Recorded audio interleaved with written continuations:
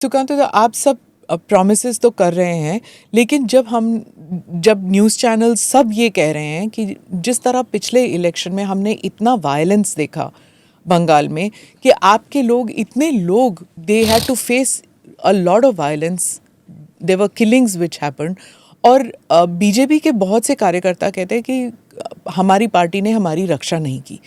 इस बार क्या आप अपने कार्यकर्ताओं की रक्षा कर पाएंगे? देखिए, पार्टी उस समय ऐसी हालत में पहुंच गई थी, ये सच बताया आपने, कि इतना रोबस्ट वायोलेंस हमारे ऊपर आ गया था, अनलिश कर दिया था टीएमसी ने, और ममता बनर्जी ने बड़ी चालाकी से किया। मतलब मुझे बोलना नहीं चाहिए, महिलाओं को हम थोड़ा ज़्यादा सेंसिबल मानते हैं। बंगाल में ममता वर्ड जो है वो स्नेह इससे ही आता है, उससे मिलिंग ही है। लेकिन एक महिला होकर इतना वायलेंस, उन्होंने शपथ नहीं लिया और इलेक्शन हो गया। ये जो गैप था, इसमें डिलीबरेटली उन्होंने वायलेंस किया। एक महिला के लिए इतना वायलेंस करने में उत्साहित करना और कराना, अभी वो रिस्पॉन्सिबिलिटी नहीं लेता, तब भी नहीं लेती थी। वो बोलती थी कि मैं तो सरकार में नहीं था, मैं तो अब ओथ नहीं लिया, शपथ नहीं लिया था।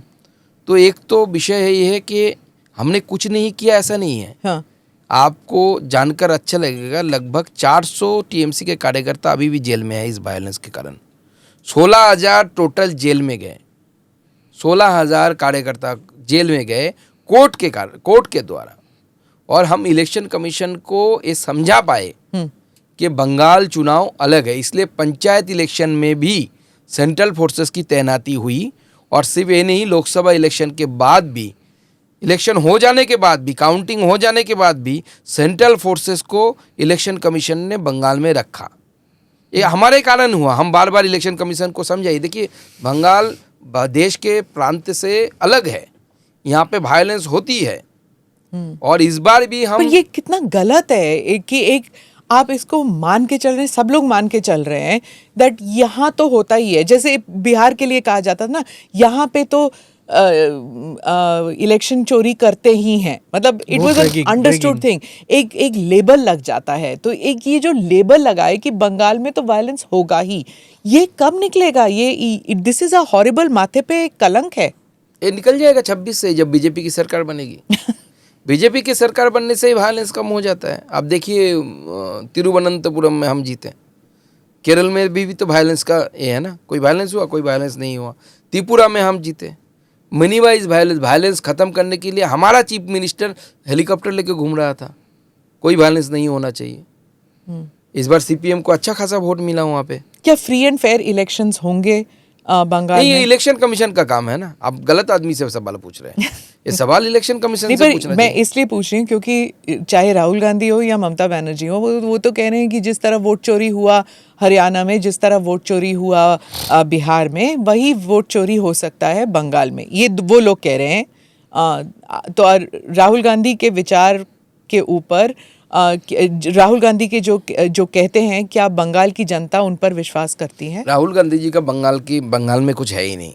और दूसरी बात यह है कि वोट चोरी हो रहा है या देश की राजनीति में क्या हो रहा है, ये समझने के लिए देश में रहना बहुत ज़रूरी है। एक इलेक्शन होगा और आप यूरोप टूर में चले जाएंगे, ऐसे देश नहीं, ऐसे कोई राजनीति नहीं हो सकता। तो विषय ये है कि वोट चोरी आप बोल रहे हैं तो कुछ तो रिकॉर्ड दिखाओ, कुछ तो प्रूफ दिखाओ। कहाँ की वोट चोरी? हाँ, मोदी जी दिल जीतने की कला जानते हैं, दिल चोरी कर लेते हैं वो लोगों का। आज भी बंगाल में किसी को पूछे, टीएमसी के भी लोगों से अगर ऑफ कैमरा पूछेंगे, बहुत सारे लोग अब मोदी जी के पक्ष में बोलेंगे, हाँ ऐसा प्रधानमंत्री चाहिए। तो मोदी जी में वो कला है, और मोदी जी के नेतृत्व में हम बंगाल की चुनाव इस बार लड़ेंगे और सरकार बनाएंगे। मोदी जी का राम राज्य इस बार बंगाल में प्रतिष्ठा होगा। लेकिन दादा, एक सवाल और एक है, जिस तरह से बंगाल की जनताओं का सवाल ये है कि बीजेपी और टीएमसी के अंदर कहीं ना कहीं सेंट्रल में सेटिंग की एक बात हरदम उठ के सामने आती है कि आपस में ये लोग सेटिंग है। तो ये जो तत्व, सेटिंग तत्व, जो जिस तरह से एक हरदम वो सवाल खड़ा होता है कि आपस में आप लोग मिले हुए हैं, दिल्ली में सब लोग के साथ अच्छी सेटिंग है, बंगाल में आप लोग आके इस तरह से आपस में लड़ते, तो ये कहाँ तक आप लोग इसको क्लियरफाई कर पाएंगे? क्योंकि ये जनता लगातार ये सवाल करती है, चाहे आप सोशल मीडिया में देखें, जनता आपके जनसभाओं में भी जाते हैं, तब भी ये चीज़ कहा जाता है कि दीदी मोदी सेटिंग। देखिए, मैं इसी सवाल के ऊपर दूसरा सवाल पूछता हूँ। अगर सेटिंग है तो हमारे राष्ट्रीय अध्यक्ष जी जेपी नड्डा जी के गाड़ी के ऊपर हमला होता क्या? आराम से पास करने देते। हम इतना रिस्क लेंगे सेटिंग करने के लिए कि हमारे राष्ट्रीय अध्यक्ष के गाड़ी के ऊपर हमला हो जाए?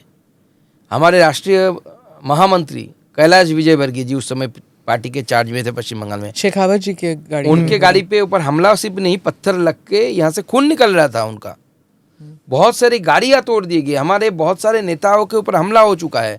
हमारे उस समय के मंत्री थे केरल के, नाम भूल रहा हूँ मैं, सॉरी, तो उनके गाड़ी के ऊपर हमला हुआ, शुभेंदु अधिकारी जी के ऊपर हमला हुआ, मेरे ऊपर हमला हुआ, दिलीप घोष के ऊपर हमला हुआ। तो हम मतलब सेटिंग है और हम कूद के जा रहे हैं। पुलिस ने हमें पकड़ के पूरे रात लाल बाजार में मैं मंत्री रहते हुए लाल बाजार यानी पुलिस का हेडक्वार्टर जो है वो वहाँ पे पूरी रात बेंच पे बैठा रहा पूरी रात। अगला दिन मुझे छोड़ा गया। तो इस तरीके की स्थिति सेटिंग होता तो मैं करता क्या? देखिए, लड़ाई बंगाल की बचाने की लड़ाई है। मैं बोलता हूँ 0.00001% भी सेटिंग नहीं है और इस बार हम ममता बनर्जी की सरकार को उखाड़ के फेंकेंगे।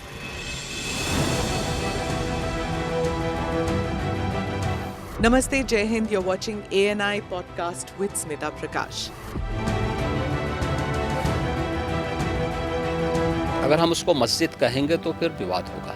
The issue is टूटा है क्या भारत? 400 पार का मतलब ये है कि संविधान खतरे में है। क्या हम लोग ये निर्देश देते हैं कि फला को गिरफ्तार करके जेल डाल दें? वही तो कह रहे हैं सब। ये बेबुनियाद निराधार आरोप। सच्चा सुनना चाहो देखो स्मिता प्रकाश ANI, it does not lie।